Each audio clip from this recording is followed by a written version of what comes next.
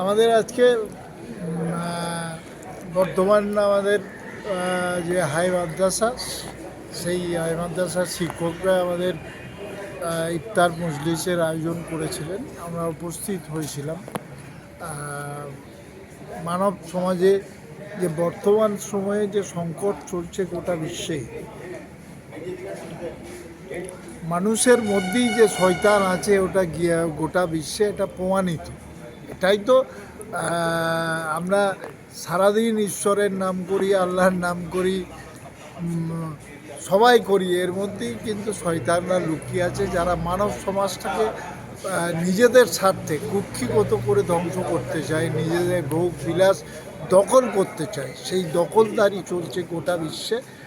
আল্লাহর কাছে একটাই প্রার্থনা, দোয়া, যে দখলদারিদের নিধন হোক, দখলদারিরা বিদায় নিক, নিধন হোক, এইটাই প্রার্থনা আল্লাহর কাছে দোয়া করছি। মাদ্রাসা শিক্ষা কর্মী সমিতি পূর্ব বর্ধমান জেলা শাখার উদ্যোগে বর্ধমান হাই মাদ্রাসা কেশবগঞ্জ চটি প্রাঙ্গণে আজকে আমরা ইফতার মেহফিলের আয়োজন করেছি।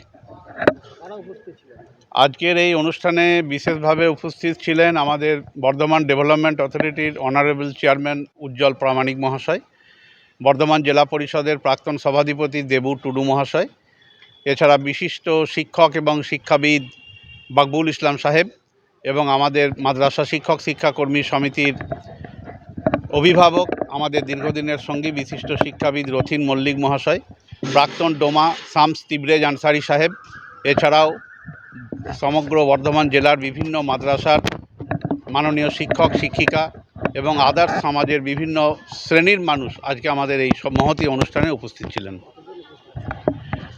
আমাদের আয়োজন ছিল আজ প্রায় 250 জনের মতো আয়োজন ছিল। আপনারা সকলেই দেখলেন, চেয়ার প্রায় সব ভর্তি, ভালোই আজ জমায়েত হয়েছিল। আমি মোহাম্মদ আলী হোসেন মিদ্দা, মাদ্রাসা শিক্ষাকর্মী সমিতির রাজ্য কার্যনির্বাহী সভাপতি।